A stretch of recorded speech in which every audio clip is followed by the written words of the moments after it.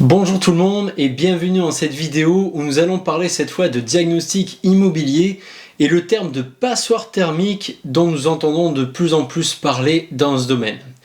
Et avant d'entrer dans le vif du sujet, comme d'habitude, je vous propose de vous installer confortablement, de vous servir une petite boisson et c'est parti.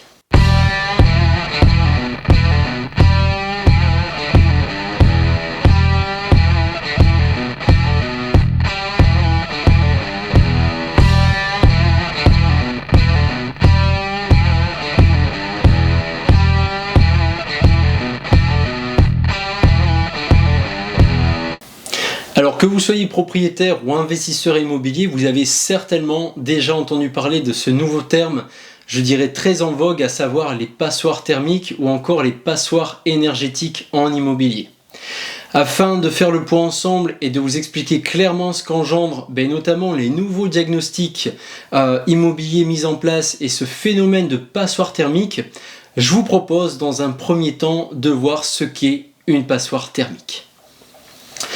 Alors, il faut savoir que le terme de passoire thermique ou passoire énergétique, ça désigne en réalité les logements qui vont aujourd'hui être dits comme les plus énergivores. En d'autres termes, ceux dont le diagnostic de performance énergétique ou DPE vont être classés de la lettre E à la lettre G. Et ces mêmes logements énergivores vont être progressivement interdits à la location afin d'obtenir un retrait total, j'ai envie de dire, du marché locatif d'ici 2034. Et cela par la loi appelée loi climat et résilience qui date du 22 août 2021 qui a en d'autres termes instauré une interdiction dite graduelle de ces fameuses mises en location. Pour faire simple, celle-ci se base sur l'étiquette énergie aussi bien des maisons que des appartements à partir de ce fameux diagnostic de performance énergétique afin d'interdire progressivement les biens immobiliers énergivores à la location en commençant dès 2023 par le fait de ne plus pouvoir augmenter les loyers de ces logements classés F et G, ce que l'on appelle aujourd'hui les fameuses passoires thermiques. À moins bien entendu d'y réaliser les travaux de rénovation énergétique pour augmenter cette fameuse note. En 2025, ce sera tous les biens classés G sur cette fameuse étiquette qui ne pourront plus être proposés à la location. En 2028, ce sera autour des biens classés F et en 2034, il s'agira des biens classés E. Il faut savoir également que la loi climat en vigueur aujourd'hui va quant à elle engendrer un audit énergétique qui est différent du diagnostic de performance énergétique qui va être obligatoire dès septembre 2022 pour les biens classés F et G, en 2025 pour les biens classés E et en 2034 pour les logements de classe D. Cet audit va être de ce fait obligatoire lors de la vente de logements dits énergivores, comme on l'a dit tout à l'heure, et va devoir se baser à la fois sur les émissions de gaz à effet de serre et de CO2 et sur les sources de gaspillage. Cet audit aura pour objectif à terme de proposer un plan de travaux pour ces mêmes logements afin de pouvoir les faire basculer dans une classe supérieure. Alors, comment ça va se passer ? À partir du 1er septembre 2022, il faut savoir que les acquéreurs de biens immobiliers classés F ou G vont disposer, en plus de leur diagnostic de performance énergétique, d'un détail complet de travaux nécessaires qui conduira à terme à une rénovation de cette même performance énergétique afin d'atteindre la lettre B. Alors il faut savoir qu'aujourd'hui, en France, on estime entre 5 et 8 millions de logements considérés comme des passoires thermiques classés F ou G. Et en fonction des départements, le nombre de ces logements varie considérablement. Certains départements sont fort marqués par la présence de ces fameuses passoires thermiques. En ce qui concerne les appartements, on va principalement retrouver les Hautes-Alpes, la Lozère et les Alpes de Haute-Provence. Et pour les maisons, on va également retrouver la Lozère, mais aussi la Creuse et le Cantal. Selon les différentes études réalisées, les départements qui, eux, comptent le moins de passoires thermiques au niveau des appartements, ce sera la Haute-Garonne, le Var et le Gard. Et pour les maisons, on va également retrouver le Var et le Gard, mais aussi l'Aude.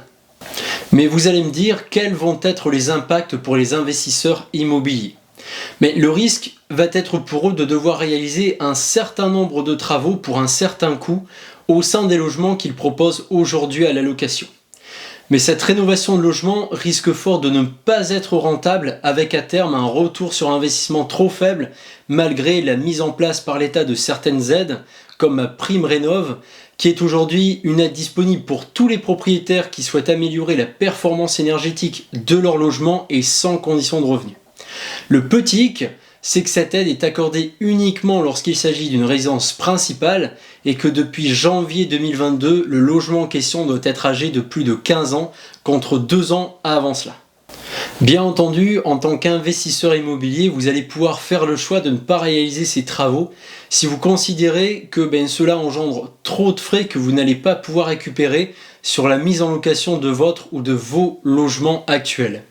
Mais il faut savoir qu'à partir de 2025, des sanctions vont apparaître pour les nouveaux baux locations. À partir de cette date, les logements considérés comme des passoires thermiques vont être dits logements indécents. Et de ce fait, il faut savoir qu'un locataire pourra exiger du propriétaire bailleur une mise en conformité du logement en passant par la réalisation de ces travaux. Ces travaux nécessaires vont également pouvoir être imposés directement par un juge qui lui-même pourra à son tour imposer soit une réduction de loyer ou des dommages et intérêts à payer au locataire en fonction de l'état du bien immobilier. Ce qui commence à se passer aujourd'hui et qui risque de s'amplifier dans les mois à venir va être l'explosion des ventes de ces fameux logements considérés comme des passoires thermiques.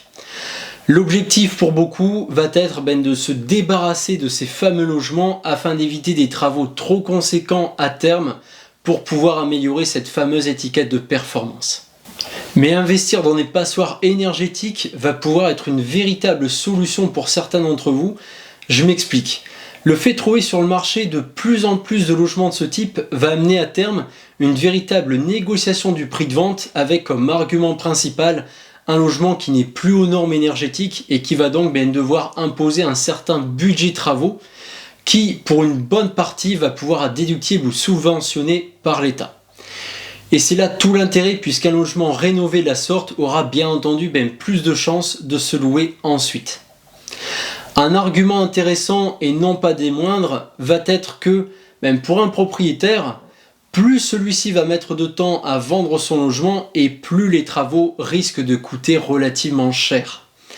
Pourquoi ? Parce que le nombre de ces passoires énergétiques va augmenter considérablement les différentes demandes des entreprises de rénovation dans ce domaine qui elles-mêmes, de ce fait, risquent d'augmenter leurs tarifs. Et si ces entreprises augmentent leurs tarifs, ça va directement se répercuter sur le montant de la vente finale du logement. Alors je ne dis pas qu'il faut se jeter corps et âme dans l'investissement d'un bien de ce genre. Comme pour tout type d'investissement, il va convenir de calculer la rentabilité exacte que celui-ci va pouvoir générer en intégrant le montant de ses travaux pour pouvoir non seulement proposer un bien décent, mais également atteindre au minimum la classe D du diagnostic de performance énergétique. Ce qui va en d'autres termes augmenter l'enveloppe travaux lors de ces acquisitions. Et comme pour tout type d'investissement immobilier, vous allez bien entendu devoir prendre en considération en plus de cela les critères habituels comme l'état général du logement, sa localisation, son environnement, etc. C'est pour cela qu'acheter une passoire thermique, comme on l'a dit, à un prix de ce fait inférieur au marché immobilier dans lequel vous vous trouvez, pour pouvoir la rénover et la louer peut réellement s'avérer être une affaire rentable, à condition, encore une fois, de faire très attention au logement que vous allez choisir, et j'insiste sur ce point, au montant lié aux travaux. Un autre problème qui va apparaître va être, comme nous l'avons dit tout à l'heure, l'impossibilité pour certains propriétaires de réaliser ces fameux travaux de rénovation énergétique. Pourquoi ? Tout simplement parce que pour des logements en copropriété qui vont posséder un chauffage collectif, la facture risque de se retrouver très élevée avec des travaux impossibles à effectuer sans l'accord des autres copropriétaires qui eux ne sont pas forcément investisseurs et n'auront donc pas cette même pression à réaliser ces travaux. Et selon les quartiers notamment, cela risque d'être encore plus compliqué. Je pense à des villes ou des secteurs où les prix tournent autour de 1 000 € du mètre carré, voire même moins pour certains. Ces mêmes travaux de rénovation risquent de représenter dans certains cas le prix du logement en lui-même. Et d'après certaines études menées aujourd'hui, il y aura environ un tiers des personnes interrogées dans divers sondages qui pourraient arrêter tout simplement la location de leurs biens immobiliers, et beaucoup de propriétaires envisageraient même de ne pas refaire d'investissement au cours des prochaines années. En France, les investisseurs représentent un peu plus de 30% des transactions immobilières. Le risque va donc être que certains investisseurs puissent également se détourner du marché compte tenu de ces nouvelles dispositions, ce qui à terme aurait une conséquence plus que considérable sur le marché locatif et donc sur les locataires eux-mêmes. Alors, il faut savoir que même si ces travaux de rénovation risquent d'être rentabilisés sur une période plus longue qu'en temps normal, ils vont permettre de voir croître la valeur des logements, mais également de faire baisser la facture énergétique, mais aussi l'impact environnemental du bien immobilier. Selon une étude menée par France Stratégie, on estime que les travaux de rénovation énergétique pourraient être rentabilisés sur une période moyenne de 20 ans afin d'obtenir une note finale de C. Mais ce n'est que purement indicatif parce que la prise en compte de l'avancement de ces sommes pour réaliser les travaux n'est toujours pas faite.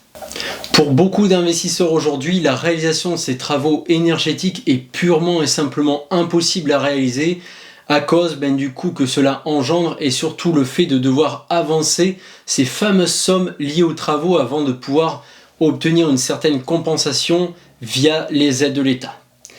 Cela va notamment contraindre certains investisseurs à vendre un ou plusieurs leurs logements pour pouvoir subvenir à la réalisation de travaux au sein des biens immobiliers qu'ils souhaitent conserver et donc provoquer un trou considérable dans leur trésorerie ou tout simplement ne souhaiter conserver que les biens immobiliers qui ne vont pas être sujets à ces travaux. Et pour les investisseurs actuellement en possession de biens locatifs, le risque va être également d'avoir une certaine vacance locative au sein de leur même bien, puisqu'en plus de ces travaux relativement conséquents d'un point de vue financier, ils vont également l'être en termes de temps. On estime aujourd'hui que la rénovation d'un logement considéré comme passoire énergétique peut prendre plusieurs semaines et donc affecter considérablement les revenus des investisseurs dans ce sens. Et cela est un cercle vicieux puisque dans certains cas, les locataires ne pourront pas rester à l'intérieur du logement. Et si ces mêmes travaux ont une durée supérieure à 21 jours et en fonction du type d'exploitation choisi par l'investisseur, le propriétaire va être dans l'obligation d'accorder une baisse de loyer proportionnelle à ce même locataire. Alors même que l'État parle de ces nouvelles réglementations en matière de passoires thermiques et les conséquences que cela va avoir pour les propriétaires, les investisseurs eux-mêmes et les locataires, mais tout n'est pas encore très clair par le manque notamment d'informations à ce sujet. La vidéo se termine, j'espère qu'elle vous aura plu et vous aura permis d'en apprendre davantage sur l'incidence de ces logements aujourd'hui considérés comme des passoires énergétiques. N'hésitez pas à me laisser en commentaire certains points que vous souhaiteriez ajouter. N'oubliez pas également de vous abonner et d'activer la cloche. Et sur ce, je vous dis à lundi prochain, 10 h et surtout, bon immobilier à tous.